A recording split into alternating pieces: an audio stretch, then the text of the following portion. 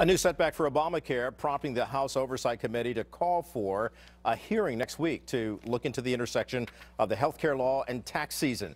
The hearing will focus on how or what impact the law is having on tax season, after the administration announced Friday that a tax reporting glitch will delay tax filings for some 800,000 Americans, and many will have to refile. Deneen Borelli is president of Conservative Review, Freedom Works Outreach Director, and a Fox News contributor. Emily Tish Sussman is campaign director for the Center for American Progress Action Fund and a Democratic strategist. They both join us right now to weigh in on this issue, this debate. Good to see you this afternoon. So, look, the administration says this is just a glitch that will be ironed out, but this is really going to be a headache for those 800,000 people who have to correct the wrong tax information they were given by the president's health care overhaul. How is this latest snafu being viewed by those for and against the Affordable Care Act? Deneen? Well, Kelly, listen, Obamacare, it really is an example that the command and control of big government will fail Americans every time. And this all started with President Obama lying to Americans, you can keep your plan, your doctor, and rates will go down. But what we're witnessing now also is that almost 1 million Americans are being affected with their tax refunds. And listen, you got to remember that Americans rely on those refunds for family bills, to take care of mishaps that might come up unexpectedly, may want to go on a vacation. People are relying on these refunds, and sadly, we have their packages are being delayed. Sorry. It's okay, Emily. Sure.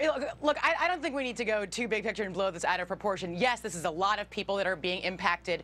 90 to 95% of those people have actually not yet submitted their IRS forms. So they should be getting new forms. HHS is already working to get them new forms, and they should be getting them shortly.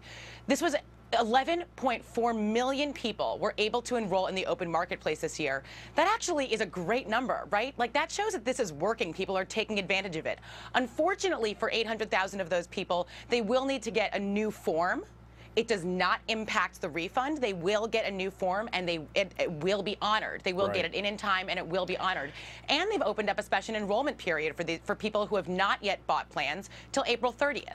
You mentioned that number 11 million. Actually, about 5 million of those Americans already had health insurance coverage, and because of the mandate, they were forced off of those plans. And so what you're talking about is like half of Americans who already had insurance, who could afford it, and they liked it, and they could keep their doctor, were forced off their plans because of this mandate.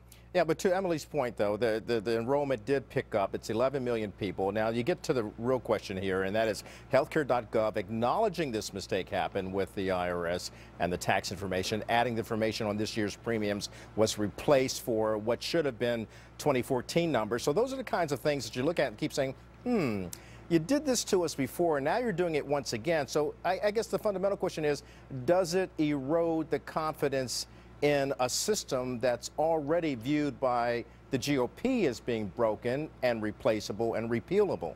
Well, Emily. totally. Go ahead. Look, the GOP is very, especially those in Congress, are very hard-lined, and GOP governors saying that they do not believe this is a system that works. Unfortunately for them, there is the reality of the fact that all of these people are already feeling the benefits of the law. Young people able to stay on their parents' plans, people able to start businesses and get coverage, people that had pre-existing conditions and were either job locked or could not get plans at all. People are actually feeling the benefits. We are not where we were 2 years ago with the GOP saying, get rid of it, it's not going to work. Many of the things they predicted would happen did not turn out, and people do not want these benefits taken away from them. They feel it now. It is part of their lives. They are benefiting. So to say you just want to get rid of it altogether, you need to have a plan to replace it. There needs to be a better way to do it. What you don't do is disrupt millions of Americans for a few Americans who are claiming you're trying to cover. Even the CBO said that something like 32 million Americans will not be insured.